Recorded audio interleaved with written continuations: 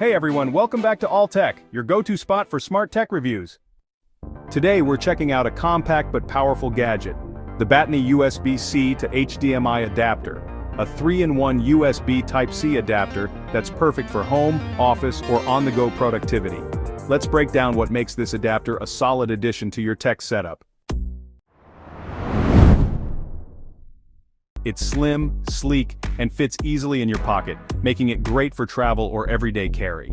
The aluminum body not only feels premium, but also helps with heat dissipation, keeping things cool even during long presentations or streaming sessions. This adapter supports Ultra HD 4K resolution at 30 Hz, that's 3840 by 2160 pixels.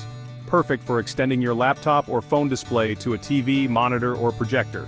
Whether you're binge-watching your favorite series, giving a presentation, or teaching a class, the video quality is sharp, clear, and totally lag-free. With a USB 3.0 port delivering speeds up to 5 gigabits per second, you can quickly transfer files from a flash drive, connect a keyboard, or hook up your camera. No problem. That's 10 times faster than USB 2.0.